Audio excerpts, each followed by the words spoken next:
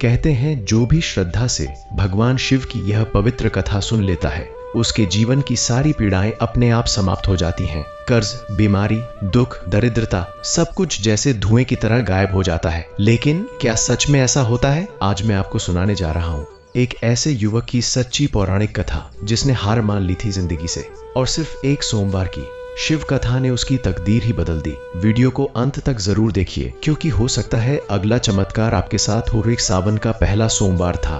भोर का समय था। पूर्व दिशा में हल्की लालिमा फैल रही थी और गांव के बाहर स्थित प्राचीन शिव मंदिर से घंटियों की मधुर ध्वनि गूंज रही थी। ओस से भीगी घास पर पड़ती सूर्य की पहली किरणें मानो धरती को स्वर्णिम बना रही थीं। उस शांत वातावरण में हर ओर भक्ति की सुगंध थी। लेकिन उसी गांव के एक कोने में एक झोपड़ी से भी थी, जहां वर्षों से दुख ने डेरा डाल रखा था।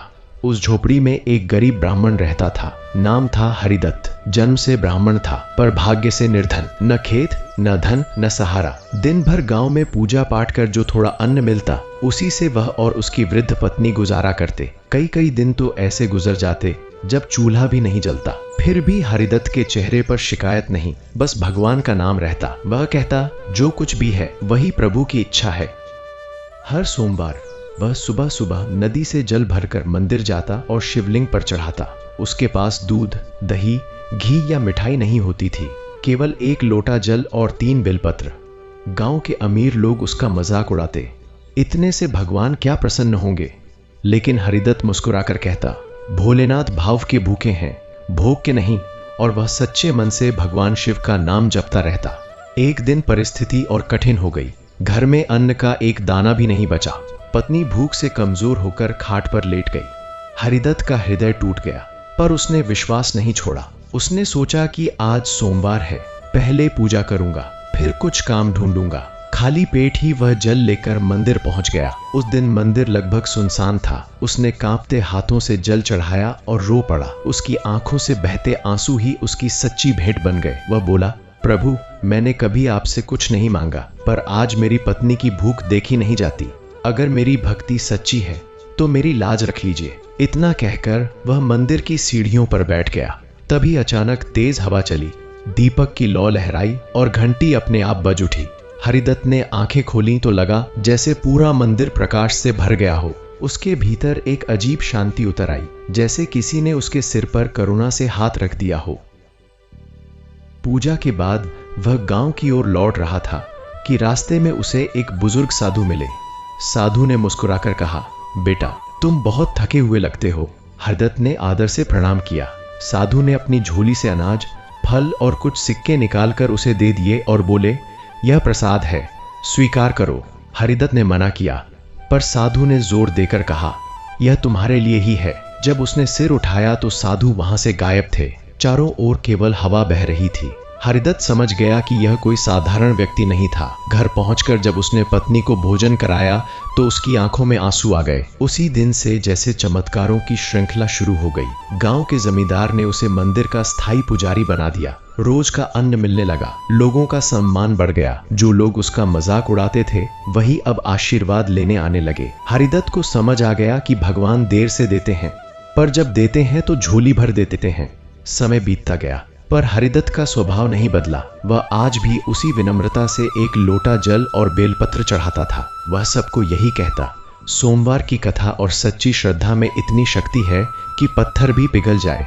दुख चाहे कितना भी बड़ा हो, महादेव के सामने टिक नहीं सकता। उसकी कहानी पूरे गांव में फैल गई और तब से हर सोमवार मंदिर में भीड़ उमड़ने लगी, क्योंकि लोगों ने अपनी आंखों से देख लिया था कि सच्ची भक्ति से जीवन की सारी पीड़ाएं सचमुच स्वयं समाप्त हो जाती हैं। साधु के अदृश्य हो जाने के बाद हरिदत्त देर तक वहीं खड़ा रह गया। उसकी हथेलियों में रखा अनाज और सिक्के कांप रहे थे, जैसे वह किसी स्वप्न से जागा हो। उसने कई बार पीछे मुड़कर देखा, पर रास्ते पर दूर दूर तक कोई दिखाई नहीं दिया। उसके मन में बार बार यही विचार उठता कि क्या सचमुच स्वयं भगवान शिव ने उसकी पुकार सुन ली।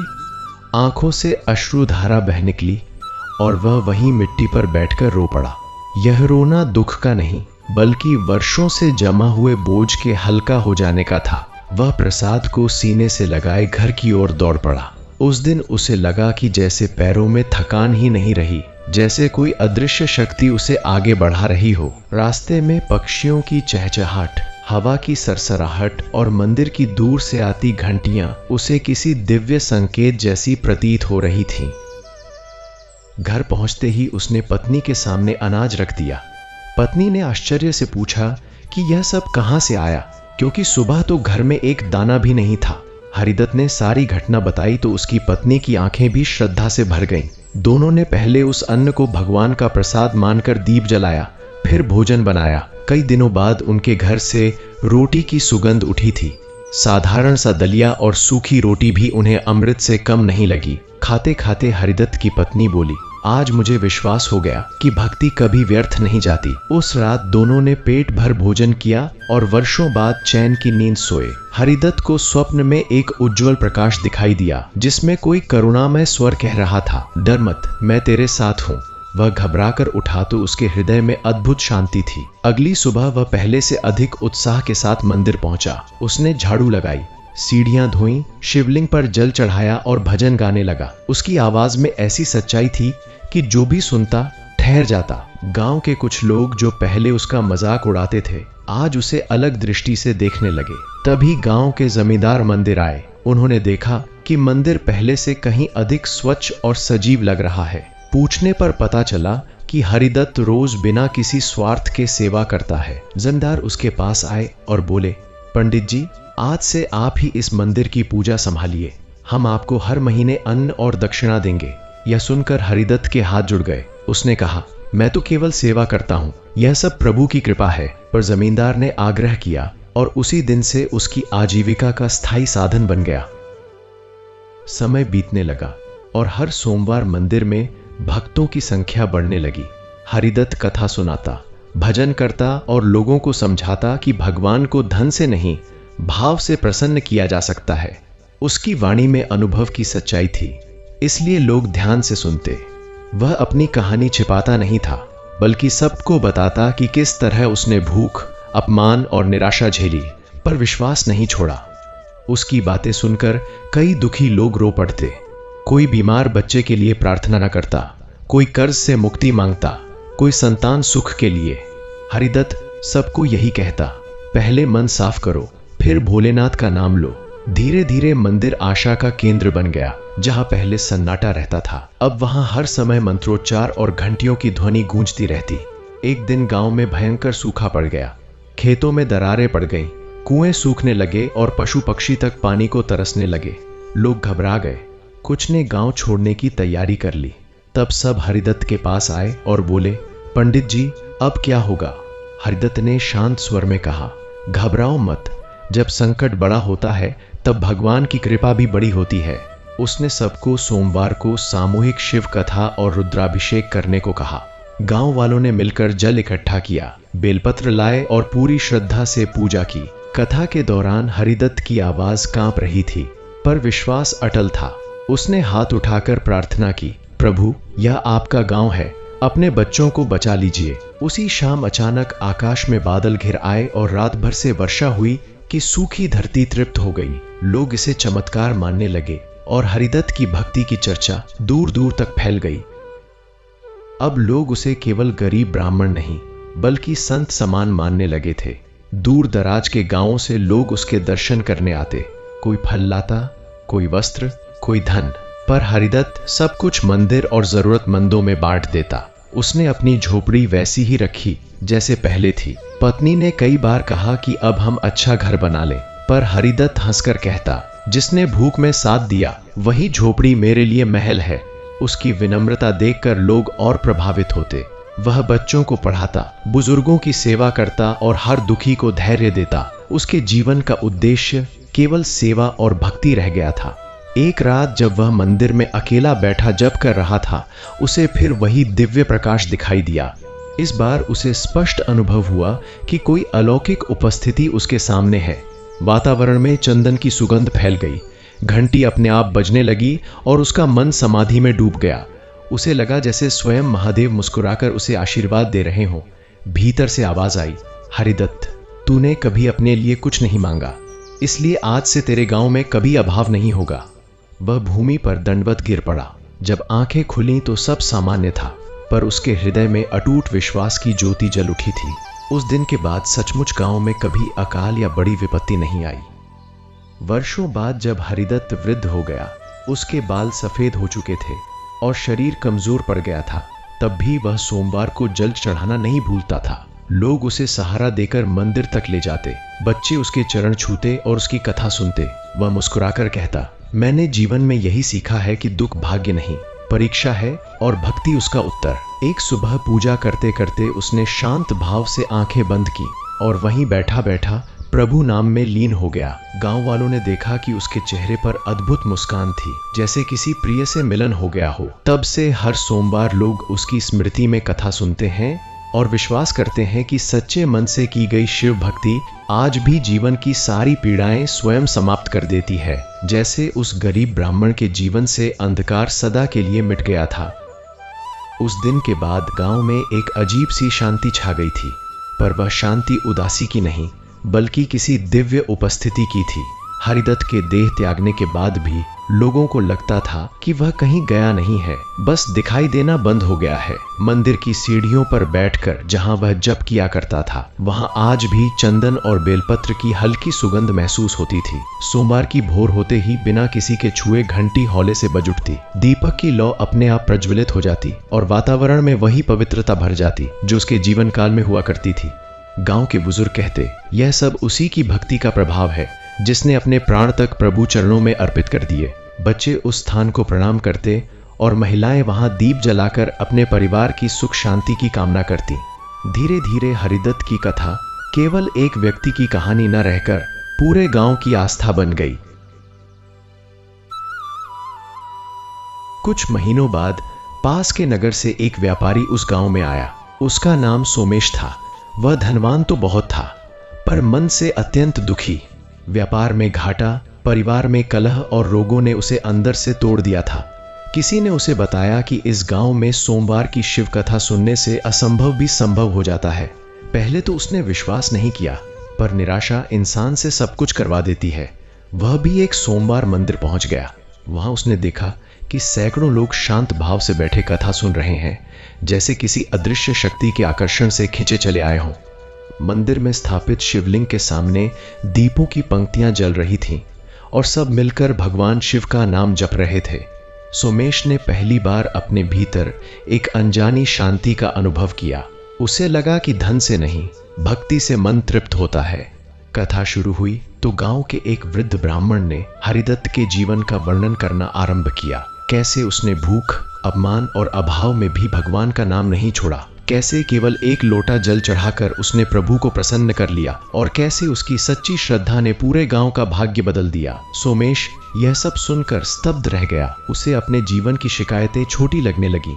उसने सोचा कि जिसके पास कुछ भी नहीं था उसने भी विश्वास नहीं छोड़ा, तो मैं इतना सब होते हुए भी क्यों हार गया।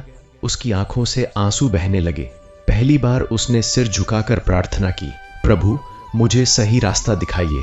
उस रात वह मंदिर में देर तक बैठा रहा, जैसे कोई अदृश्य हाथ उसके हृदय की गांठें खोल रहा हो। अगले दिन से उसने अपने जीवन में परिवर्तन लाना शुरू किया। उसने सबसे पहले अपने घर जाकर परिवार से प्रेम पूर्वक बात की, झगड़े खत्म किए और गरीबों को दान देना शुरू किया। हर सोमवार वह फिर मंदिर आता, कथा सुनता और सेवा करता। धीरे धीरे उसके व्यापार की स्थिति सुधरने लगी। पुराने ग्राहक लौट आए, नए अवसर मिलने लगे और घर में शांति स्थापित हो गई। उसे समझ आया कि चमत्कार बाहर नहीं, भीतर होते हैं। जब मन बदलता है तब भाग्य भी बदल जाता है। उसने गांव वालों से कहा, हरिदत्त की कथा ने मुझे नया जीवन दिया है। उसकी बात सुनकर अन्य लोग भी प्रेरित हुए और सोमवार की कथा का प्रभाव दूर दूर तक फैल गया। कुछ वर्षों में वह छोटा सा मंदिर एक तीर्थ स्थान बन गया। आसपास के गांवों से लोग बैलगाड़ियों, पैदल यात्राओं और नावों से यहां आने लगे। कोई बीमार बच्चे को लेकर आता, कोई विवाह की मनोकामना से, कोई कर्ज से मुक्ति के लिए। सबके चेहरे पर उम्मीद की चमक होती। मंदिर के आंगन में भजन कीर्तन होने लगे। अन्न क्षेत्र खुला जहां भूखों को भोजन मिलता और हर सोमवार कथा के बाद सब मिलकर प्रसाद बांटते। ऐसा लगता मानो हरिदत्त की आत्मा अभी भी वहीं बैठी सबको आशीर्वाद दे रही हो। लोग कहते, जहाँ सच्ची भक्ति होती है वहाँ भगवान स्वयं निवास करते हैं। मंदिर का वातावरण इतना पवित्र हो गया कि वहां पहुंचते ही मन का बोझ अपने आप हल्का हो जाता। एक बार फिर गांव पर परीक्षा आई। इस बार महामारी फैली और लोग भयभीत हो गए। कई घरों में रोग ने दस्तक दी, पर इस बार गांव वाले टूटे नहीं। उन्होंने भय के बजाय विश्वास चुना। सबने मिलकर सोमवार को विशेष पूजा और कथा रखी। मंदिर में दिन रात महामृत्युंजय मंत्र का जाप होने लगा। महिलाएं दीप जलाकर बैठी, बच्चे भजन गाने लगे और पुरुष सेवा में जुट गए। आश्चर्य की बात यह थी कि आसपास के गांवों में बीमारी बढ़ती गई, पर इस गांव में धीरे धीरे कम होने लगी। वैद्य भी हैरान थे। लोगों को यकीन हो गया कि यह हरिदत्त की भक्ति और महादेव की कृपा का परिणाम है। संकट टल गया और गांव वालों का विश्वास और गहरा हो गया। समय के साथ यह परंपरा पीढ़ी दर पीढ़ी चलती रही। बच्चों को बचपन से ही सिखाया जाने लगा कि सोमवार केवल सप्ताह का दिन नहीं बल्कि आत्मा की शुद्धि का अवसर है। वे सुबह उठकर मंदिर साफ करते, बेलपत्र लाते और जल चढ़ाते। बुजुर्ग हरिदत्त की कथा सुनाते और बताते कि सच्ची भक्ति में चमत्कार छिपा होता है। अब उस गांव में कोई भूखा नहीं सोता था, क्योंकि सब एक दूसरे का सहारा बन चुके थे। यह परिवर्तन केवल पूजा से नहीं बल्कि उस भक्ति से आया था जिसने सबके हृदय को जोड़ दिया था। लोग समझ गए थे कि भगवान को प्रसन्न करने का सबसे बड़ा उपाय सेवा और करुणा है। वर्षों बाद भी जब कोई दुखी या निराश व्यक्ति उस गांव में प्रवेश करता तो उसे अनायास ही शांति का अनुभव होता। मंदिर की घंटियां, धूप की सुगंध और कथा की मधुर आवाज उसके मन के अंधेरे को दूर कर देती। लोग कहते हैं कि अगर कोई सच्चे मन से वहां बैठकर सोमवार की शिव कथा सुन ले तो उसकी पीड़ाएं अपने आप समाप्त होने लगती हैं, क्योंकि वह केवल कहानी नहीं, एक जीवंत अनुभव है। एक गरीब ब्राह्मण की अटूट श्रद्धा की गवाही, जिसने सिद्ध कर दिया कि भक्ति से बड़ा कोई धन नहीं। आज भी जब रात गहरी होती है और मंदिर में दीपक टिमटिमाता है तो लगता है जैसे कोई कोमल स्वर फुसफुसा रहा हो, विश्वास रखो, मैं हमेशा तुम्हारे साथ हूं। और यही संदेश सुनकर हर भक्त का हृदय आशा से भर उठता है, जैसे स्वयं महादेव उसे अपनी करुणा की छाया में समेट रहे हों। समय का चक्र अपनी गति से घूमता रहा, पर उस गांव की पहचान अब केवल एक साधारण बस्ती की नहीं रही थी। दूर दूर से आने वाले यात्री उसे शिव कृपा धाम कहकर पुकारने लगे थे। सुबह होते ही मंदिर की सीढ़ियों पर जल से भरे कलशों की कतार लग जाती। महिलाएं सिर पर पूजा की टोकरी रखे भजन गाती हुई आती और बच्चे प्रसाद बांटने में सहायता करते। वातावरण में ऐसा सौम्य कंपन रहता मानो हवा में भी मंत्र घुल गए हों। शिवलिंग पर निरंतर जलधारा बहती रहती और लोग श्रद्धा से झुककर भगवान शिव का स्मरण करते। जो भी पहली बार वहां पहुंचता उसके मन का भय अपने आप कम हो जाता। कई यात्रियों ने कहा कि जैसे ही वे मंदिर के आंगन में कदम रखते हैं, भीतर की बेचैनी पिघलने लगती है। हरिदत्त की कथा अब केवल शब्द नहीं बल्कि उस स्थान की धड़कन बन चुकी थी।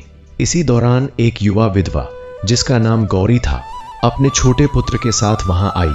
उसका पति अचानक बीमारी से चल बसा था और ससुराल वालों ने उसे घर से निकाल दिया था। हाथ में केवल एक गठरी और आंखों में आंसू लिए वह कई गांवों में भटकती रही। किसी ने उसे बताया कि सोमवार की कथा सुनने से दुख हल्का हो जाता है, इसलिए वह भी यहाँ चली आई। मंदिर में बैठते ही उसका मन भर आया। कथा के शब्द उसके हृदय को छूते गए। जो सच्चे मन से पुकारता है उसे भगवान कभी अकेला नहीं छोड़ते। वह फूट फूट कर रो पड़ी। गांव की महिलाओं ने उसे संभाला, भोजन कराया और रहने की जगह दी। कुछ ही दिनों में उसे मंदिर के अन्न क्षेत्र में काम मिल गया। पहली बार उसे लगा कि दुनिया में अभी भी दया जीवित है। उसका बेटा भी बच्चों के साथ पढ़ने लगा। गौरी कहती, मैं यहाँ आई थी सहारे की तलाश में, पर मुझे नया परिवार मिल गया। धीरे धीरे मंदिर सेवा का केंद्र बनता गया। कोई रोगियों के लिए जड़ी बूटी लाता, कोई यात्रियों के लिए पानी का प्रबंध करता, कोई कथा का आयोजन करता। हर सोमवार शाम को जब सूर्य ढलता और आकाश केसरिया हो जाता, तब सैकड़ों दीपक एक साथ जल उठते। उस प्रकाश में मंदिर ऐसा दिखता मानो स्वर्ग उतर आया हो। कथावाचक जब हरिदत्त की जीवन गाथा सुनाता तो भीड़ में बैठे लोग स्वयं को उस कहानी का हिस्सा समझने लगते। कोई अपने दुख भूल जाता, कोई अपने पापों के लिए पश्चाताप करता, कोई नई शुरुआत का संकल्प लेता। भक्ति ने लोगों को केवल ईश्वर से नहीं बल्कि एक दूसरे से भी जोड़ दिया था। जो गांव पहले अलग अलग परिवारों में बटा था, अब एक बड़े परिवार की तरह रहने लगा। एक वर्ष सावन में अद्भुत घटना हुई। लगातार 3 सोमवार तक कथा के समय हल्की हल्की वर्षा होती रही, जबकि आसमान साफ रहता। बूंदें इतनी कोमल होती कि जैसे आशीर्वाद बरस रहा हो। लोग इसे दिव्य संकेत मानने लगे। उसी दौरान एक वृद्ध साधु वहां आए। उन्होंने मंदिर में बैठकर ध्यान किया और कहा, यह भूमि तब से पवित्र हुई है, यहाँ श्रद्धा कभी व्यर्थ नहीं जाती। उन्होंने गांव वालों को सेवा और दया की महिमा समझाई और कहा कि भक्ति तभी पूर्ण होती है जब दूसरों का दुख अपना लगे। उनके शब्दों ने लोगों के मन में नई ज्योति जगा दी। उस दिन से गांव में कोई भी भूखा या असहाय दिखाई देता तो सब मिलकर उसकी सहायता करते। मंदिर केवल पूजा का स्थान नहीं, बल्कि करुणा का घर बन गया। वर्षों बाद जब नई पीढ़ी जवान हुई तो उन्हें हरिदत्त के समय की कठिनाइयों का अनुभव नहीं था, पर कथा सुनकर वे समझते थे कि सुख स्थायी नहीं, इसलिए विनम्र रहना आवश्यक है। युवाओं ने मिलकर मंदिर के पास एक छोटा विद्यालय बनाया, जहां बच्चों को पढ़ाई के साथ धर्म और नैतिकता भी सिखाई जाती। वे सीखते कि ईमानदारी, सेवा और विश्वास ही सच्चा धन है। हर सोमवार वे सामूहिक रूप से जल लेकर शिवलिंग पर चढ़ाते और प्रण लेते कि किसी के साथ अन्याय नहीं करेंगे। इस प्रकार भक्ति ने शिक्षा का रूप ले लिया। गांव में चोरी, झगड़े और ईर्ष्या कम होने लगी। लोग कहते, जहां मन में शिव का नाम बसता है वहां बुराई टिक नहीं सकती। एक रात गांव में एक अजनबी आया। वह चोर था और मंदिर में रखे दानपात्र को चुराने की नीयत से छिप गया। आधी रात को जब उसने दानपात्र उठाने की कोशिश की तो अचानक घंटी तेज आवाज से बज उठी और दीपक की लौ भड़क उठी। वह डर कर गिर पड़ा। उसी समय उसे लगा जैसे कोई गंभीर स्वर उसके कानों में कह रहा हो, यह स्थान सेवा का है, स्वार्थ का नहीं। भय से कांपता हुआ वह बाहर भागा, पर गांव वालों ने उसे पकड़ लिया। जब उन्होंने उसकी दयनीय हालत देखी तो दंड देने के बजाय भोजन कराया और समझाया। उस करुणा ने उसका हृदय बदल दिया। उसने अपने पापों को स्वीकार किया और वहीं रहकर सेवा करने लगा। कुछ ही समय में वह सबसे मेहनती सेवक बन गया। लोग कहते, यह भी महादेव की लीला है जो पापी को भी पथ दिखा देते हैं। समय बीतता गया, ऋतुएं बदलती रहीं, पर सोमवार की कथा की परंपरा अटूट रही। अब तो दूर देशों से भी यात्री आने लगे थे। कोई अपनी मनोकामना पूरी होने पर स्वर्ण घंटी चढ़ाता, कोई अन्नदान करता, कोई भंडारा कराता, पर मंदिर का मूल भाव वही रहा, सादगी और श्रद्धा।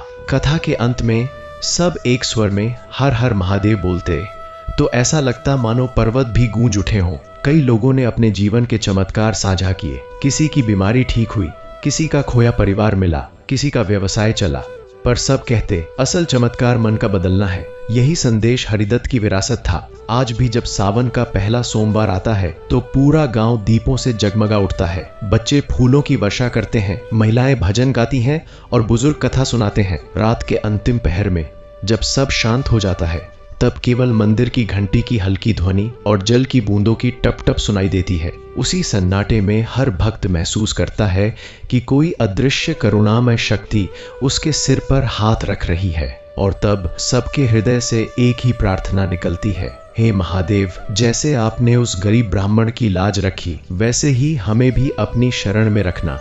यही विश्वास उस गांव की सांसों में बस गया है और यही कथा पीढ़ी दर पीढ़ी सुनाई जाती रहेगी, क्योंकि जहां श्रद्धा जीवित रहती है वहां दुख स्वयं हार मान लेते हैं।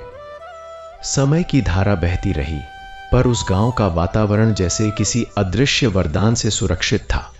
हर सोमवार सुबह जैसे ही सूरज की पहली किरण पहाड़ियों के पीछे से निकलती, मंदिर की घंटियां अपने आप गूंज उठती और पूरा गांव जाग जाता। स्त्रियां आंगन लीपती, बच्चे कलश भरने दौड़ते और बुजुर्ग माला लेकर बैठ जाते। हवा में धूप, चंदन और गीली मिट्टी की मिलीजुली सुगंध फैल जाती। शिवलिंग पर जल चढ़ाते समय सबकी आंखें बंद होती, पर चेहरों पर संतोष झलकता। ऐसा लगता था मानो स्वयं भगवान शिव उस स्थान पर अदृश्य रूप से विराजमान हों और हर भक्त की प्रार्थना सुन रहे हों। अब यह केवल पूजा नहीं रह गई थी, यह गांव की सांस बन चुकी थी, जिसके बिना दिन शुरू ही नहीं होता था। एक वर्ष शरद ऋतु के समय गांव में एक अनोखा बालक आया। उसका नाम नंदू था। वह अनाथ था और किसी व्यापारी की बैलगाड़ी के साथ भटकते भटकते यहाँ पहुंच गया था। चेहरा धूल से भरा, कपड़े फटे हुए, पर आंखों में अजीब चमक थी। मंदिर के बाहर बैठकर वह चुपचाप कथा सुनता रहता। किसी ने उससे नाम पूछा तो बोला, मुझे बस यही अच्छा लगता है। गांव वालों ने उसे भोजन दिया, कपड़े दिए और मंदिर की सेवा में लगा लिया। धीरे धीरे वह सबका चहेता बन गया। वह सुबह सबसे पहले आकर सीढ़ियां धोता, बेलपत्र सजाता और भजन गाते समय सबसे ऊंची आवाज में हर हर महादेव बोलता। लोग कहते, इस बच्चे में कुछ तो विशेष है, जैसे इसे यहाँ किसी ने बुलाया हो। उसकी निश्चल हंसी पूरे वातावरण को जीवंत कर देती। एक दिन कथा के दौरान अचानक नंदू बेहोश होकर गिर पड़ा। सब घबरा गए। वैद्य ने बताया कि वह कई दिनों से ठीक से खा नहीं रहा था, इसलिए कमजोरी से गिरा है। यह सुनकर गांव वालों की आंखें भर आईं। जिस बच्चे ने सबकी सेवा की, उसकी ओर किसी ने ध्यान ही नहीं दिया। उस दिन सबने मिलकर संकल्प लिया कि अब मंदिर आने वाला कोई भी व्यक्ति भूखा नहीं रहेगा। अन्न क्षेत्र को और बड़ा किया गया। रोज खिचड़ी और रोटी बनने लगी। नंदू जब ठीक हुआ तो उसने मुस्कुराकर कहा, मैं तो ठीक हूं, पर अब कोई और भूखा ना रहे। उसकी यह बात सबके हृदय में उतर गई। लोगों को समझ आया कि भक्ति का अर्थ केवल दीप जलाना नहीं, बल्कि किसी की भूख मिटाना भी है। समय के साथ गांव का यह सेवा भाव दूर दूर तक प्रसिद्ध हो गया। यात्रियों ने बताना शुरू किया कि यहां आने से मन हल्का हो जाता है, जैसे वर्षों का बोझ उतर गया हो। कई लोग अपने दुख लेकर आते और मुस्कान लेकर लौटते। किसी की बेटी का विवाह तय हो जाता, किसी की बीमारी ठीक होने लगती, किसी को रोजगार मिल जाता। लोग इसे चमत्कार कहते, पर गांव के बुजुर्ग समझाते, यह चमत्कार नहीं, विश्वास की शक्ति है। कथा सुनते सुनते लोगों का मन बदल जाता और वही परिवर्तन उनके जीवन को नई दिशा दे देता। हर सोमवार का दिन अब मेले जैसा लगने लगा था। भजन, प्रसाद, सेवा और कथा का मधुर संगम। इसी बीच एक बार भयंकर आंधी तूफान आया। रात भर बादल गरजते रहे, पेड़ उखड़ गए और कई झोपड़ियां टूट गईं। लोग डरकर मंदिर में शरण लेने लगे। दीपक बार बार बुझ रहा था, पर नंदू और कुछ युवक उसे फिर जला देते। सबने मिलकर भजन शुरू किया। तूफान की गर्जना के बीच भी अत नमः शिवाय की ध्वनि गूंजती रही। आश्चर्य की बात यह थी कि आसपास के कई गांवों को भारी नुकसान हुआ, पर मंदिर और उसके पास का इलाका लगभग सुरक्षित रहा। सुबह जब लोग बाहर निकले तो देखा कि जैसे किसी ने अदृश्य दीवार खड़ी कर दी हो। सबकी आंखों में कृतज्ञता के आंसू आ गए। उस दिन से उनका विश्वास और दृढ़ हो गया कि सच्ची श्रद्धा रक्षा कवच बन जाती है। वर्ष बीतते गए और नंदू बड़ा होकर एक ज्ञानी युवक बन गया। उसने वेद पुराण सीखे, कथा कहना सीखा और हरिदत्त की परंपरा को आगे बढ़ाया। उसकी वाणी में ऐसी मधुरता थी कि सुनने वाले मंत्रमुग्ध हो जाते। वह कथा में केवल चमत्कारों की बात नहीं करता था, बल्कि समझाता कि भगवान तक पहुंचने का मार्ग करुणा, सच्चाई और सेवा से होकर जाता है। लोग उसकी बातों में अपने जीवन का उत्तर खोज लेते। अब वही हर सोमवार कथा सुनाता और अंत में कहता, अगर मन साफ है तो भगवान दूर नहीं। उसकी आंखों में वही चमक थी जो बचपन में थी। गांव वाले उसे हरिदत्त की कृपा का प्रसाद मानते थे। एक बार एक धनी साहूकार अपनी बीमार बेटी को लेकर आया। उसने बहुत इलाज कराया, पर लाभ नहीं हुआ। निराश होकर वह मंदिर में बैठ गया और रोने लगा। नंदू ने उसे सांत्वना दी और कहा, पहले डर छोड़ो, फिर विश्वास करो। उन्होंने मिलकर पूजा की, कथा सुनी और कुछ दिन गांव में रहे। धीरे धीरे लड़की की तबीयत सुधरने लगी। साहूकार ने कृतज्ञ होकर बहुत सारा धन दान देना चाहा, पर नंदू ने कहा, यदि देना ही है तो गरीबों की सहायता करो। साहूकार ने कई कुएं खुदवाए, अनाज बांटा और स्कूल बनवाया। इस तरह एक परिवार की पीड़ा पूरे क्षेत्र के कल्याण का कारण बन गई। लोगों ने महसूस किया कि भगवान की कृपा जब आती है तो केवल एक व्यक्ति नहीं, अनेक जीवन संवर जाते हैं। और इस प्रकार वह गांव केवल एक स्थान नहीं, बल्कि जीवित कथा बन गया। भक्ति, सेवा और विश्वास की कथा। रात के अंतिम पहर में जब सब सो जाते और केवल दीपक की लौ टिमटिमाती रहती, तब लगता जैसे समय भी ठहर गया हो। मंदिर की शांति में हरिदत्त, नंदू और अनगिनत भक्तों की प्रार्थनाएं घुली हुई थीं। जो भी वहां बैठता उसे अपने भीतर से एक ही आवाज सुनाई देती, डर मत, विश्वास रख, सब ठीक होगा। यही संदेश पीढ़ियों से बहता आ रहा है और आगे भी बहता रहेगा, क्योंकि जहां श्रद्धा का दीप जलता है वहां अंधकार कभी टिक नहीं सकता। समय की रेत पर वर्षों की परतें चढ़ती चली गईं, पर उस गांव की आत्मा वैसी ही निर्मल बनी रही। अब वहां आने वाला हर यात्री यह महसूस करता कि जैसे वह किसी साधारण स्थान पर नहीं, बल्कि तप और विश्वास से पवित्र हुई भूमि पर कदम रख रहा है। भोर होते ही जब आकाश हल्का नीला होता, पक्षियों की चहचहाहट सुनाई देती और मंदिर की पहली घंटी बजती, तो पूरा वातावरण दिव्यता से भर उठता। जल से भरे कलशों की कतार, बेलपत्र की टोकरी, धूप की लहराती रेखाएं और भजन की ध्वनि सब मिलकर ऐसा दृश्य रचते कि मन स्वयं झुक जाए। शिवलिंग पर जल चढ़ाते समय लोग आंखें बंद करके केवल एक नाम लेते, भगवान शिव, और उस नाम में उन्हें अपना भय, अपना दुख, अपना अभिमान सब पिघलता हुआ प्रतीत होता। मंदिर अब केवल पूजा का स्थान नहीं रहा था, वह उन थके हुए मनुष्यों की शरण स्थली बन चुका था जिन्हें दुनिया ने कहीं और जगह नहीं दी थी। इसी दौरान गांव में एक वृद्ध दंपति आकर रहने लगा। उनके कोई संतान नहीं थी और जीवन भर की कमाई रिश्तेदारों ने छल से छीन ली थी। वे टूटी चारपाई और कुछ बर्तन लेकर मंदिर के पास झोपड़ी बनाकर रहने लगे। शुरू में वे किसी से बात नहीं करते थे, बस चुपचाप कथा सुनते और कोने में बैठे रहते। पर धीरे धीरे गांव वालों ने उन्हें अपनाया। महिलाएं भोजन पहुंचाती, बच्चे पानी भर देते। कथा सुनते सुनते उनके चेहरे पर भी शांति उतरने लगी। एक दिन वृद्धा ने रोते हुए कहा, हमने सब कुछ खो दिया था, पर यहाँ आकर ऐसा लगा जैसे भगवान ने हमें नया परिवार दे दिया। उस दिन सबको समझ आया कि भक्ति केवल आत्मा को ही नहीं, रिश्तों को भी जोड़ती है। जो खून के रिश्ते नहीं निभा पाए, उन्हें विश्वास ने एक सूत्र में बांध दिया। मंदिर की ख्याति बढ़ती गई तो पास के नगरों से विद्वान, साधु और कथावाचक भी आने लगे। वे धर्म, कर्म और जीवन के गूढ़ रहस्यों पर चर्चा करते। रात को दीपों की पंक्तियों के बीच जब सत्संग होता तो लगता जैसे समय पीछे लौट गया हो। कोई वेद मंत्र गाता, कोई शिव स्तुति, कोई भक्ति गीत। लोग घंटों बैठे रहते, फिर भी थकान महसूस नहीं होती। कई युवक जो पहले आलस्य और व्यसनों में डूबे रहते थे, अब सेवा में लग गए। किसी ने कुएं की मरम्मत कराई, किसी ने रास्ते साफ किए, किसी ने पेड़ लगाए। भक्ति ने उनके जीवन को उद्देश्य दे दिया था। उन्हें एहसास हुआ कि जीवन केवल अपने लिए जीना नहीं, बल्कि दूसरों के लिए उपयोगी बनना ही सच्ची पूजा है। एक वर्ष माघ मास में कड़ाके की ठंड पड़ी। रात को ओस इतनी गिरती कि खेत सफेद हो जाते। कई गरीब परिवारों के पास गर्म कपड़े नहीं थे। तब मंदिर समिति ने सबके लिए अलाव जलाने और कंबल बांटने का निश्चय किया। नंदू और गांव के युवाओं ने घर घर जाकर कपड़े इकट्ठे किए। कथा के बाद प्रसाद के साथ कंबल बांटे जाने लगे। उस रात जब सैकड़ों लोग अलाव के पास बैठे भजन गा रहे थे, तो दृश्य अत्यंत भावुक था। किसी के पास धन नहीं था, पर सबके पास दया थी। कई यात्रियों ने कहा कि उन्होंने पहली बार देखा है कि पूजा और सेवा एक साथ चल सकती है। धीरे धीरे गांव का नाम दयाधाम भी पड़ गया। लोग कहते, यहाँ भगवान केवल मंदिर में नहीं, इंसानों के व्यवहार में मिलते हैं। एक दिन एक गर्भवती स्त्री अपने पति के साथ मंदिर आई।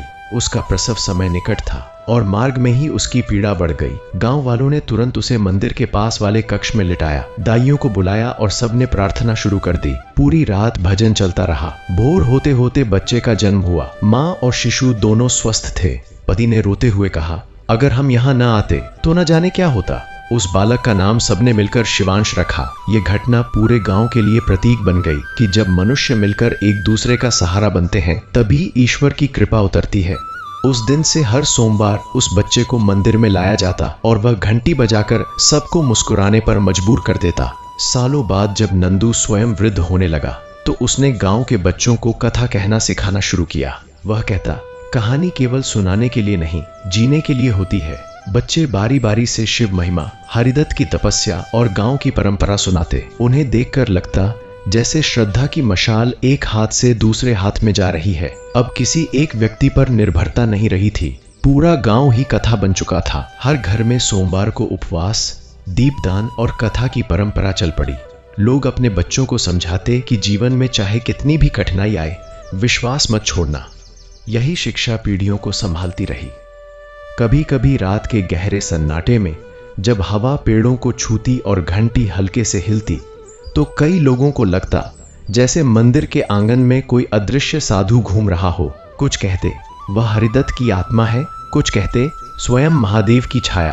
पर सच्चाई चाहे जो हो, उस एहसास से सबके मन में साहस भर जाता। कई बार निराश होकर आए लोग वहीं बैठकर रो लेते और उठते समय उनके चेहरे पर अजीब सी दृढ़ता आ जाती, मानो किसी ने भीतर से कहा हो, सब ठीक हो जाएगा। यह वही आश्वासन था जिसने वर्षों पहले एक गरीब ब्राह्मण को संभाला था और अब हजारों लोगों को संभाल रहा था।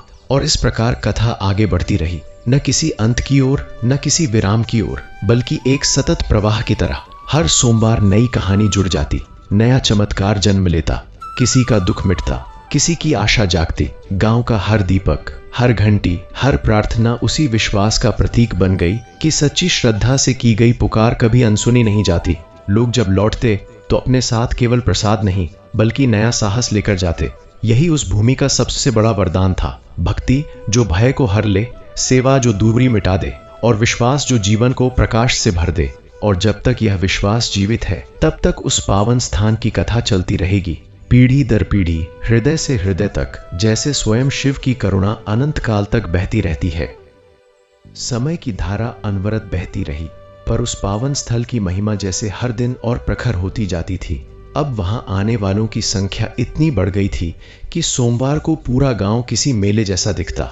दूर दूर से बैलगाड़ियां, पैदल यात्री, बूढ़े, बच्चे, स्त्रियां, सब एक ही आशा लेकर आते कि यहां बैठकर कथा सुनेंगे तो मन का बोझ हल्का हो जाएगा। मंदिर के प्रांगण में प्रवेश करते ही उन्हें धूप, चंदन और गंगाजल की सुगंध घेर लेती। शिवलिंग पर गिरती जलधारा की टप टप ध्वनि किसी मंत्र की तरह कानों में पड़ती और अनायास ही हाथ जुड़ जाते। जब सब मिलकर ऊर्स नमः शिवाय का जाप करते तो ऐसा लगता मानो आकाश तक वह ध्वनि पहुंच रही हो और स्वयं भगवान शिव उस पुकार को सुनकर करुणा से मुस्कुरा रहे हों। जो व्यक्ति भारी मन से आता वह कुछ ही देर में शांत हो जाता। यह परिवर्तन इतना सहज होता कि लोग स्वयं समझ नहीं पाते कि उनके भीतर क्या बदल गया। इन्हीं दिनों एक युवा किसान जिसका नाम रघुवीर था, बड़ी परेशानी में वहां पहुंचा। लगातार 3 साल से उसकी फसल खराब हो रही थी, कर्ज बढ़ता जा रहा था और परिवार में निराशा फैल गई थी। कई रातें वह जागकर बिताता, सोचता कि अब क्या करे। किसी ने उसे उस गांव की कथा सुनाई तो वह अंतिम आशा लेकर यहाँ आया। कथा शुरू हुई तो वह पीछे बैठा रहा, पर हर शब्द उसके दिल में उतरता गया। जब हरिदत्त की भक्ति और धैर्य की बात आई तो उसकी आंखों से आंसू बह निकले। उसने सोचा, मैं तो थोड़ी सी विपत्ति में ही टूट गया और उन्होंने जीवन भर दुख सहकर भी विश्वास नहीं छोड़ा। उसी क्षण उसने निश्चय किया कि वह हार नहीं मानेगा। पूजा के बाद उसने मंदिर में सेवा की, झाड़ू लगाई, पानी भरा। लौटते समय उसका चेहरा बदला हुआ था। समस्या वही थी, पर मन मजबूत हो गया था। घर जाकर उसने नए उत्साह से खेतों में काम शुरू किया। इस बार उसने गांव के अन्य किसानों से मिलकर कुआं खुदवाया, नए बीज बोए और मिलजुल कर मेहनत की। कुछ ही महीनों में फसल लहलहा उठी। यह केवल मौसम का परिवर्तन नहीं था, बल्कि उसके मन की शक्ति का परिणाम था। जब पहली बार उसकी फसल बिकी तो वह सबसे पहले मंदिर आया और अन्न का बड़ा भाग दान कर दिया। उसने कहा, यह सब महादेव की कृपा है। उसकी कहानी सुनकर अन्य किसान भी प्रेरित हुए और सामूहिक प्रयास करने लगे। गांव में समृद्धि लौटने लगी। लोगों को समझ आया कि जब विश्वास और परिश्रम साथ हों तभी चमत्कार जन्म लेते हैं। एक शाम कथा के बाद एक छोटी बच्ची अपनी माँ का हाथ पकड़े रोती हुई आई। उसकी माँ कई दिनों से बीमार थी और दवा के पैसे नहीं थे। बच्ची ने मासूमियत से कहा, बाबा, भगवान मेरी माँ को ठीक कर देंगे। उसकी आवाज सुनकर सबका हृदय पिघल गया। गांव की महिलाओं ने मिलकर उस माँ की देखभाल शुरू की, वैद्य को बुलाया और दवाइयां जुटाई। मंदिर में सबने मिलकर प्रार्थना की। कुछ ही दिनों में वह स्त्री स्वस्थ होने लगी। बच्ची रोज शिवलिंग के सामने फूल रखकर धन्यवाद देती। इस घटना ने सबको सिखाया कि भगवान की कृपा अक्सर इंसानों के हाथों से ही काम करती है। जब हम किसी की सहायता करते हैं तभी सच्ची पूजा होती है। धीरे धीरे मंदिर के पास एक छोटा आश्रम बन गया, जहां यात्री रुकते, साधु संत ठहरते और बच्चे पढ़ाई करते। सुबह योग, दोपहर सेवा और शाम कथा, यह दिनचर्या बन गई। कई लोग जो जीवन से निराश थे यहां आकर नई राह खोज लेते। किसी ने संगीत सीखा, किसी ने आयुर्वेद, किसी ने खेती के नए तरीके। भक्ति ने उन्हें आत्मविश्वास दिया और आत्मविश्वास ने जीवन को दिशा। गांव अब केवल धार्मिक स्थल नहीं बल्कि सीखने और जीने का केंद्र बन चुका था। लोग कहते, यहाँ आने के बाद मनुष्य खाली हाथ नहीं लौटता, या तो समाधान मिलता है या साहस। एक बार एक घमंडी जमींदार वहां आया। उसने मंदिर की प्रसिद्धि सुनी थी पर विश्वास नहीं करता था। वह सबको तुच्छ समझता और कहता, ये सब अंधविश्वास है। कथा के दौरान भी वह हंसता रहा, पर अचानक उसके घोड़े ने उसे गिरा दिया और उसका पैर बुरी तरह चोटिल हो गया। कई दिन वह वहीं पड़ा रहा।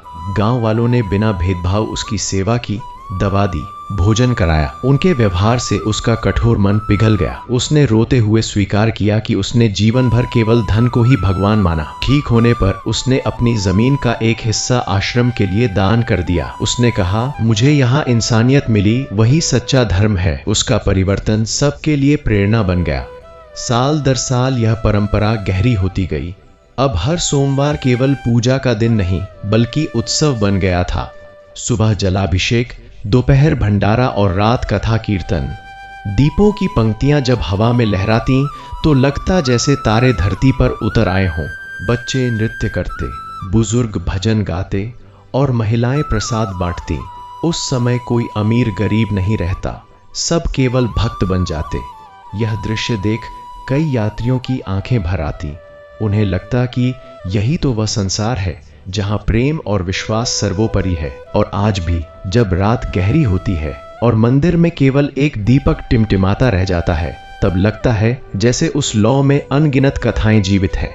हरिदत्त की तपस्या, नंदू की सेवा, रघुवीर का संघर्ष, उस बच्ची की प्रार्थना, ये सब मिलकर एक ही संदेश देते हैं कि जीवन में चाहे कितनी भी अंधेरी घड़ी क्यों न आए, यदि मन में श्रद्धा का दीप जलता रहे तो रास्ता स्वयं बन जाता है। यही उस पावन भूमि की अनंत कथा है जो कभी समाप्त नहीं होती, क्योंकि विश्वास की कहानी का कोई अंत नहीं होता। वह हर नए भक्त के साथ फिर से जन्म लेती है, फिर से चल पड़ती है और हर हृदय में आशा का नया सूर्योदय कर देती। समय ने जैसे उस पावन स्थल को अपनी विशेष कृपा से थाम रखा था। वर्षों बीतते गए, ऋतुएं बदलती रहीं, पीढ़ियां बड़ी होकर बूढ़ी होती रहीं, पर मंदिर का आंगन वैसा ही पवित्र और जीवंत बना रहा। भोर के समय जब पहली किरण शिवलिंग पर पड़ती तो वह ऐसे चमक उठता मानो भीतर से प्रकाश निकल रहा हो। भक्तों का विश्वास था कि उस क्षण स्वयं भगवान शिव अपनी करुणा दृष्टि से सबको निहारते हैं। लोग दूर दूर से पैदल चलकर आते, कोई मन्नत लेकर, कोई धन्यवाद देने। किसी के हाथ में फूल, किसी के हाथ में जल, किसी के पास कुछ भी नहीं, पर सबके मन में एक ही आस्था थी। मंदिर में कदम रखते ही उन्हें लगता जैसे उनके भीतर जमा वर्षों का डर और थकान धीरे धीरे घुल रही है। यह अनुभव शब्दों में नहीं समाता था, बस महसूस किया जा सकता था। एक वर्ष की बात है, पास के पहाड़ी इलाके से एक चरवाहा परिवार यहां आकर ठहरा। उनका जीवन भटकते हुए बीतता था।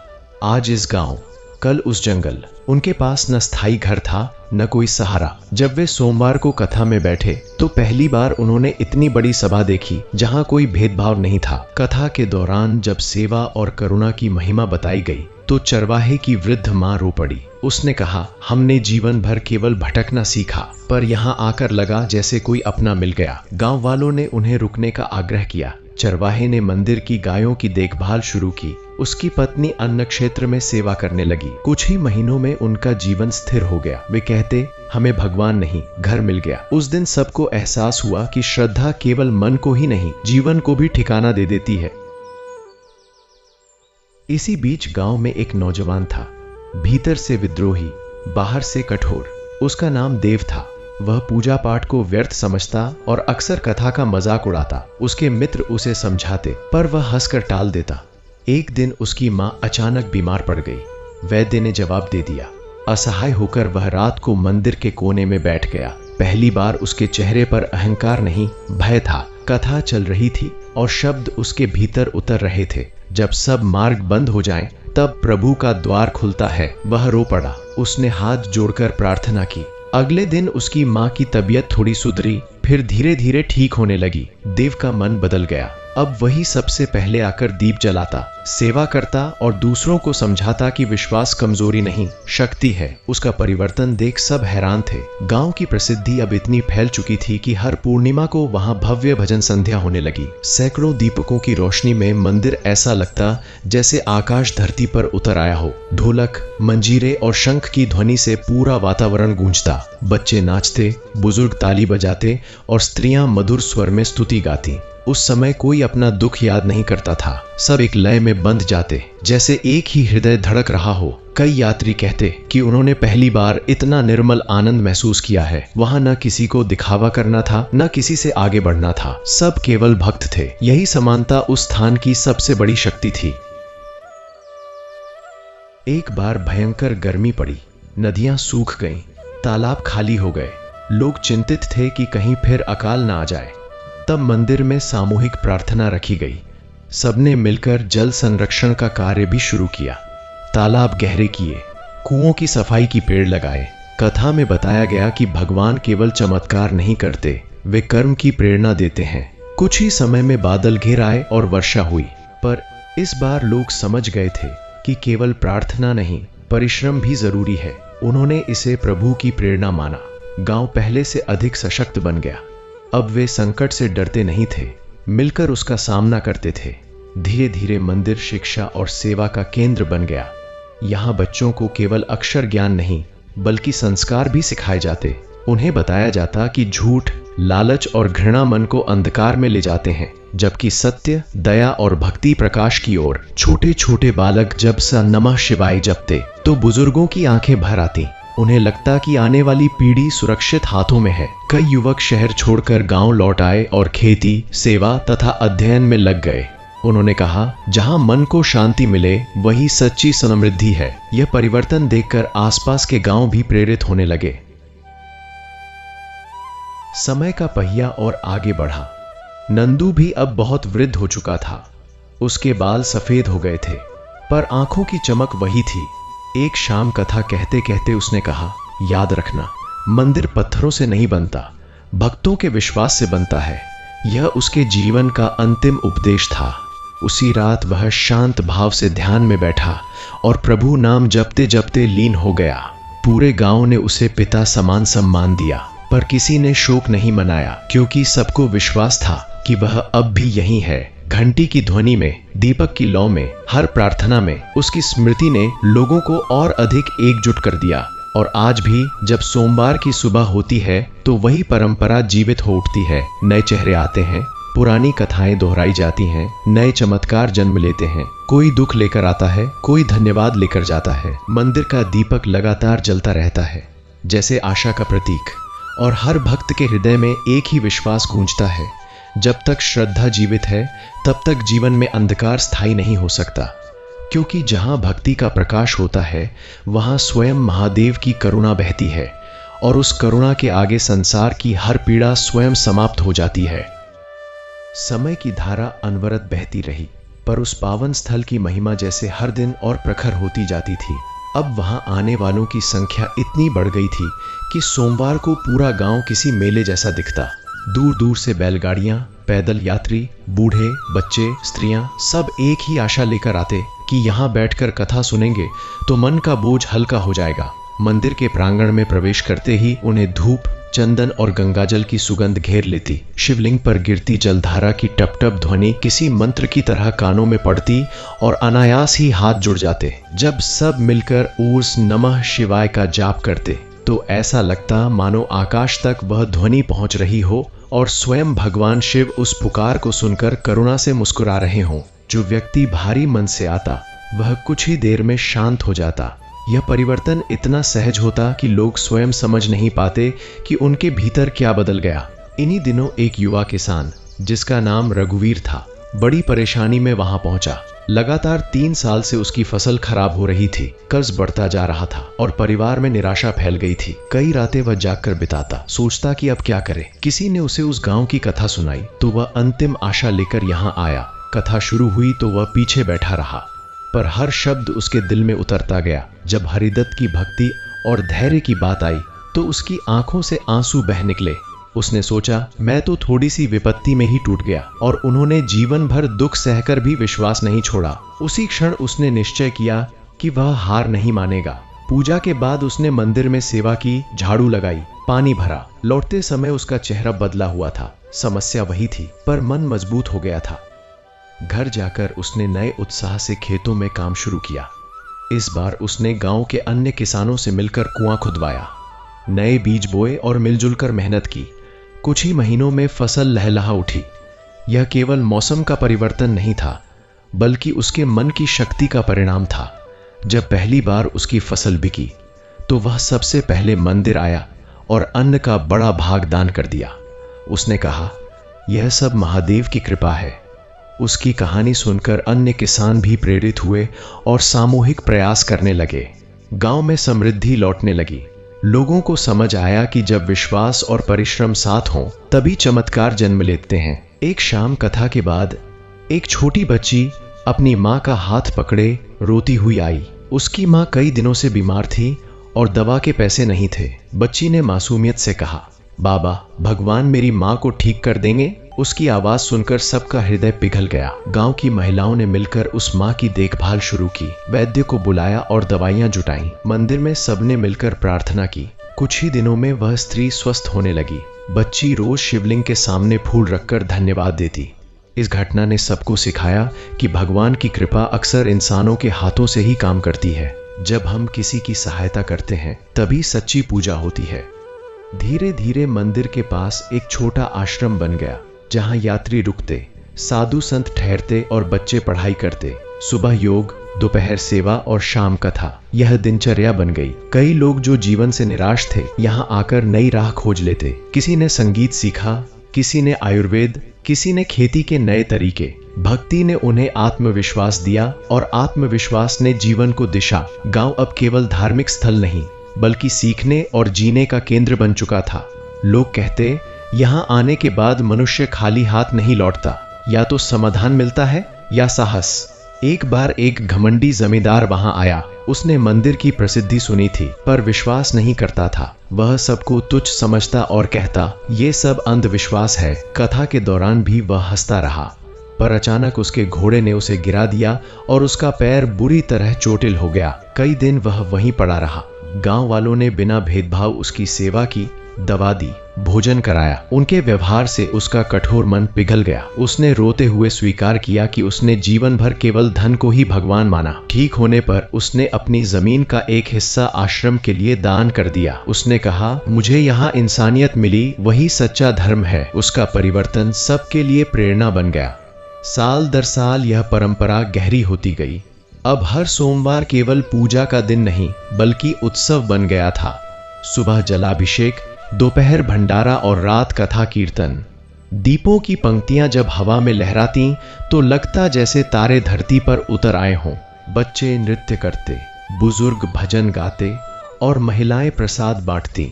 उस समय कोई अमीर गरीब नहीं रहता, सब केवल भक्त बन जाते। यह दृश्य देख कई यात्रियों की आंखें भर आती। उन्हें लगता कि यही तो वह संसार है जहां प्रेम और विश्वास सर्वोपरि है। और आज भी जब रात गहरी होती है और मंदिर में केवल एक दीपक टिमटिमाता रह जाता है, तब लगता है जैसे उस लौ में अनगिनत कथाएं जीवित हैं। हरिदत्त की तपस्या, नंदू की सेवा, रघुवीर का संघर्ष, उस बच्ची की प्रार्थना, ये सब मिलकर एक ही संदेश देते हैं कि जीवन में चाहे कितनी भी अंधेरी घड़ी क्यों न आए, यदि मन में श्रद्धा का दीप जलता रहे तो रास्ता स्वयं बन जाता है। यही उस पावन भूमि की अनंत कथा है, जो कभी समाप्त नहीं होती, क्योंकि विश्वास की कहानी का कोई अंत नहीं होता। वह हर नए भक्त के साथ फिर से जन्म लेती है, फिर से चल पड़ती है और हर हृदय में आशा का नया सूर्योदय कर देती। समय ने जैसे उस पावन स्थल को अपनी विशेष कृपा से थाम रखा था। वर्षों बीतते गए, ऋतुएं बदलती रहीं, पीढ़ियां बड़ी होकर बूढ़ी होती रहीं, पर मंदिर का आंगन वैसा ही पवित्र और जीवंत बना रहा। भोर के समय जब पहली किरण शिवलिंग पर पड़ती, तो वह ऐसे चमक उठता मानो भीतर से प्रकाश निकल रहा हो। भक्तों का विश्वास था कि उस क्षण स्वयं भगवान शिव अपनी करुणा दृष्टि से सबको निहारते हैं। लोग दूर दूर से पैदल चलकर आते, कोई मन्नत लेकर, कोई धन्यवाद देने। किसी के हाथ में फूल, किसी के हाथ में जल, किसी के पास कुछ भी नहीं, पर सबके मन में एक ही आस्था थी। मंदिर में कदम रखते ही उन्हें लगता जैसे उनके भीतर जमा वर्षों का डर और थकान धीरे धीरे घुल रही है। यह अनुभव शब्दों में नहीं समाता था, बस महसूस किया जा सकता था। 1 वर्ष की बात है। पास के पहाड़ी इलाके से एक चरवाहा परिवार यहां आकर ठहरा। उनका जीवन भटकते हुए बीतता था। आज इस गांव, कल उस जंगल। उनके पास न स्थायी घर था, न कोई सहारा। जब वे सोमवार को कथा में बैठे तो पहली बार उन्होंने इतनी बड़ी सभा देखी जहां कोई भेदभाव नहीं था। कथा के दौरान जब सेवा और करुणा की महिमा बताई गई तो चरवाहे की वृद्ध मां रो पड़ी। उसने कहा, हमने जीवन भर केवल भटकना सीखा, पर यहाँ आकर लगा जैसे कोई अपना मिल गया। गांव वालों ने उन्हें रुकने का आग्रह किया। चरवाहे ने मंदिर की गायों की देखभाल शुरू की। उसकी पत्नी अन्न क्षेत्र में सेवा करने लगी। कुछ ही महीनों में उनका जीवन स्थिर हो गया। वे कहते, हमें भगवान नहीं, घर मिल गया। उस दिन सबको एहसास हुआ कि श्रद्धा केवल मन को ही नहीं, जीवन को भी ठिकाना दे देती है। इसी बीच गांव में एक नौजवान था, भीतर से विद्रोही, बाहर से कठोर। उसका नाम देव था। वह पूजा पाठ को व्यर्थ समझता और अक्सर कथा का मजाक उड़ाता। उसके मित्र उसे समझाते, पर वह हंसकर टाल देता। एक दिन उसकी मां अचानक बीमार पड़ गई। वैद्य ने जवाब दे दिया। असहाय होकर वह रात को मंदिर के कोने में बैठ गया। पहली बार उसके चेहरे पर अहंकार नहीं, भय था। कथा चल रही थी और शब्द उसके भीतर उतर रहे थे। जब सब मार्ग बंद हो जाएं, तब प्रभु का द्वार खुलता है। वह रो पड़ा। उसने हाथ जोड़कर प्रार्थना की। अगले दिन उसकी मां की तबीयत थोड़ी सुधरी, फिर धीरे धीरे ठीक होने लगी। देव का मन बदल गया। अब वही सबसे पहले आकर दीप जलाता, सेवा करता और दूसरों को समझाता कि विश्वास कमजोरी नहीं, शक्ति है। उसका परिवर्तन देख सब हैरान थे। गांव की प्रसिद्धि अब इतनी फैल चुकी थी कि हर पूर्णिमा को वहां भव्य भजन संध्या होने लगी। सैकड़ों दीपकों की रोशनी में मंदिर ऐसा लगता जैसे आकाश धरती पर उतर आया हो। ढोलक, मंजीरे और शंख की ध्वनि से पूरा वातावरण गूंजता। बच्चे नाचते, बुजुर्ग ताली बजाते और स्त्रियां मधुर स्वर में स्तुति गाती। उस समय कोई अपना दुख याद नहीं करता था। सब एक लय में बंध जाते, जैसे एक ही हृदय धड़क रहा हो। कई यात्री कहते कि उन्होंने पहली बार इतना निर्मल आनंद महसूस किया है। वहां न किसी को दिखावा करना था, न किसी से आगे बढ़ना था। सब केवल भक्त थे। यही समानता उस स्थान की सबसे बड़ी शक्ति थी। एक बार भयंकर गर्मी पड़ी। नदियां सूख गईं, तालाब खाली हो गए। लोग चिंतित थे कि कहीं फिर अकाल न आ जाए। तब मंदिर में सामूहिक प्रार्थना रखी गई। सबने मिलकर जल संरक्षण का कार्य भी शुरू किया। तालाब गहरे किए, कुओं की सफाई की पेड़ लगाए। कथा में बताया गया कि भगवान केवल चमत्कार नहीं करते, वे कर्म की प्रेरणा देते हैं। कुछ ही समय में बादल घिर आए और वर्षा हुई, पर इस बार लोग समझ गए थे कि केवल प्रार्थना नहीं, परिश्रम भी जरूरी है। उन्होंने इसे प्रभु की प्रेरणा माना। गांव पहले से अधिक सशक्त बन गया। अब वे संकट से डरते नहीं थे, मिलकर उसका सामना करते थे। धीरे धीरे मंदिर शिक्षा और सेवा का केंद्र बन गया। यहाँ बच्चों को केवल अक्षर ज्ञान नहीं, बल्कि संस्कार भी सिखाए जाते। उन्हें बताया जाता कि झूठ, लालच और घृणा मन को अंधकार में ले जाते हैं, जबकि सत्य, दया और भक्ति प्रकाश की ओर। छोटे छोटे बालक जब सा नमः शिवाय जपते तो बुजुर्गों की आंखें भर आती। उन्हें लगता कि आने वाली पीढ़ी सुरक्षित हाथों में है। कई युवक शहर छोड़कर गांव लौट आए और खेती, सेवा तथा अध्ययन में लग गए। उन्होंने कहा, जहां मन को शांति मिले वही सच्ची समृद्धि है। यह परिवर्तन देखकर आसपास के गांव भी प्रेरित होने लगे। समय का पहिया और आगे बढ़ा। नंदू भी अब बहुत वृद्ध हो चुका था। उसके बाल सफेद हो गए थे, पर आंखों की चमक वही थी। एक शाम कथा कहते कहते उसने कहा, याद रखना, मंदिर पत्थरों से नहीं बनता, भक्तों के विश्वास से बनता है। यह उसके जीवन का अंतिम उपदेश था। उसी रात वह शांत भाव से ध्यान में बैठा और प्रभु नाम जपते जपते लीन हो गया। पूरे गांव ने उसे पिता समान सम्मान दिया, पर किसी ने शोक नहीं मनाया, क्योंकि सबको विश्वास था कि वह अब भी यहीं है। घंटी की ध्वनि में, दीपक की लौ में, हर प्रार्थना में उसकी स्मृति ने लोगों को और अधिक एकजुट कर दिया। और आज भी जब सोमवार की सुबह होती है तो वही परंपरा जीवित हो उठती है। नए चेहरे आते हैं, पुरानी कथाएं दोहराई जाती हैं, नए चमत्कार जन्म लेते हैं। कोई दुख लेकर आता है, कोई धन्यवाद लेकर जाता है। मंदिर का दीपक लगातार जलता रहता है, जैसे आशा का प्रतीक। और हर भक्त के हृदय में एक ही विश्वास गूंजता है, जब तक श्रद्धा जीवित है तब तक जीवन में अंधकार स्थायी नहीं हो सकता, क्योंकि जहां भक्ति का प्रकाश होता है वहां स्वयं महादेव की करुणा बहती है और उस करुणा के आगे संसार की हर पीड़ा स्वयं समाप्त हो जाती है। समय की धारा बहती रही, पर उस पवित्र स्थान की आभा दिन प्रतिदिन और प्रखर होती चली गई। अब दूर दराज के नगरों से भी लोग अपने दुख, रोग और परेशानियां लेकर सोमवार की कथा में शामिल होने आने लगे। कोई अपने बीमार बच्चे को गोद में उठाए आता, कोई कर्ज से दबा किसान, कोई जीवन से निराश युवक। सबके चेहरों पर अलग अलग पीड़ा थी, पर आंखों में एक ही उम्मीद। जैसे ही कथा आरंभ होती, मृदंग की धीमी थाप और ओस नमः शिवाय का जप वातावरण को ऐसा बना देता मानो स्वयं आकाश भी सुन रहा हो। हवा में घुली चंदन और गंगाजल की सुगंध मन को भीतर तक शीतल कर देती। लोगों को लगता कि यहाँ बैठते ही उनके दुख हल्के होने लगे हैं, जैसे किसी ने उनके कंधों का बोझ उतार लिया हो। उसी भीड़ में एक दिन एक वृद्ध ब्राह्मण आया जिसका नाम हरिदत्त था। कभी वह विद्वान और सम्मानित था, पर भाग्य के प्रहारों ने उसे दर दर भटका दिया। पहले खेती नष्ट हुई, फिर घर जला और अंत में परिवार भी बिछुड़ गया। उसके पास बस एक पुरानी जपमाला और फटा हुआ वस्त्र बचा था। वह थका हारा मंदिर की सीढ़ियों पर बैठ गया और बोला, प्रभु, अब मांगने को कुछ नहीं बचा, बस शरण दे दो। कथा के शब्द उसके हृदय में ऐसे उतरते गए जैसे सूखी धरती पर वर्षा की बूंदें। सभा के बाद गांव वालों ने उसे आदर से भोजन कराया और मंदिर के पास रहने की जगह दी। धीरे धीरे वह बच्चों को शास्त्र पढ़ाने लगा। उसके ज्ञान से गांव के लोग लाभान्वित होने लगे और उसे फिर से सम्मान मिला। उसने समझा कि ईश्वर जब लेते हैं तो उससे कहीं अधिक लौटाते भी हैं। एक बार गांव में महामारी फैल गई। कई घरों में लोग बीमार पड़ गए। भय का वातावरण छा गया, पर मंदिर के द्वार बंद नहीं हुए। वहां औषधि, काढ़ा और सेवा का प्रबंध किया गया। स्त्रियां रात भर जागकर रोगियों की देखभाल करती, युवक दवाइयां बांटते और ब्राह्मण हरिदत्त मंत्रोच्चार कर सबका साहस बढ़ाता। कथा के दौरान कहा गया कि डर रोग को बढ़ाता है और विश्वास उसे हराता है।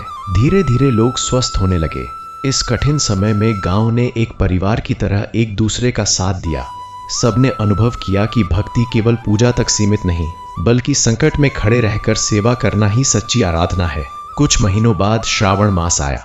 पूरा मंदिर फूलों, आम्रपत्रों और दीपों से सजाया गया। सोमवार की रात विशेष रुद्राभिषेक रखा गया। सैकड़ों कलशों से जल, दूध और शहद चढ़ाया गया। मंत्रों की गूंज से वातावरण कांप उठा। ऐसा लग रहा था जैसे धरती और आकाश के बीच कोई अदृश्य सेतु बन गया हो। कई भक्तों की आंखों से आंसू बह रहे थे, पर वे आंसू दुख के नहीं, अनिर्वचनीय आनंद के थे। उसी क्षण सबको सामूहिक रूप से यह अनुभव हुआ कि वहां कोई दिव्य उपस्थिति है, करुणामय, शांत और रक्षक। लोगों ने मन ही मन प्रण किया कि वे जीवन भर सत्य और सेवा के मार्ग पर चलेंगे। इसी दौरान एक घमंडी जमींदार भी वहां आया जो गांव वालों पर अत्याचार करता था। वह कथा का उपहास उड़ाने आया था, पर सभा में बैठे बैठे उसके कानों में एक वाक्य पड़ा, अहंकार मनुष्य को अकेला कर देता है, प्रेम उसे सबका बना देता है। यह शब्द उसके भीतर गूंजते रहे। उसने देखा कि जिन गरीबों को वह तुच्छ समझता था वही यहां सबसे पहले दूसरों की मदद कर रहे थे। उसका सिर झुक गया। कथा के बाद उसने सबके सामने अपने अन्याय के लिए क्षमा मांगी और कई परिवारों का कर्ज माफ कर दिया। उस दिन गांव वालों ने जाना कि परिवर्तन असंभव नहीं, बस हृदय का द्वार खुलना चाहिए। समय बीतता गया और मंदिर केवल पूजा का स्थान नहीं, बल्कि आशा का केंद्र बन गया। वहां विवाह होते, अन्नदान होता, बच्चों की शिक्षा होती और हर शुभ कार्य की शुरुआत वहीं से होती। जो भी नया काम शुरू करता पहले आकर दीप जलाता। लोगों का विश्वास था कि जहां सामूहिक प्रार्थना होती है वहां विघ्न टिक नहीं सकते। गांव अब पहले जैसा निर्धन और भयभीत नहीं रहा, वह आत्मनिर्भर और प्रसन्न हो गया। हर घर में सुबह शाम भजन की ध्वनि सुनाई देती। लगता था जैसे पूरा गांव ही एक विशाल मंदिर बन गया हो। एक अत्यंत वृद्ध साधु जो वर्षों से मौन व्रत में थे, एक दिन कथा के अंत में बोले। उन्होंने कहा, मैंने अनेक तीर्थ देखे, पर ऐसा स्थान नहीं देखा जहां लोग केवल भगवान से मांगते नहीं, बल्कि भगवान के गुणों को अपने जीवन में उतारते भी हैं। यही सच्ची भक्ति है। उनके शब्द सुनकर सबका सिर श्रद्धा से झुक गया। उसी रात कई लोगों ने स्वप्न में दिव्य प्रकाश देखा, मानो स्वयं भगवान शिव आशीर्वाद दे रहे हों। सुबह उठकर सबके मन में अद्भुत शांति थी। किसी ने कहा, अब समझ आया, प्रभु बाहर नहीं, हमारे भीतर ही हैं। अंततः वर्षों बाद जब नई पीढ़ियां बड़ी हो गईं और पुरानी पीढ़ी स्मृतियों में बदल गई, तब भी सोमवार की कथा की परंपरा ज्यों की त्यों चलती रही।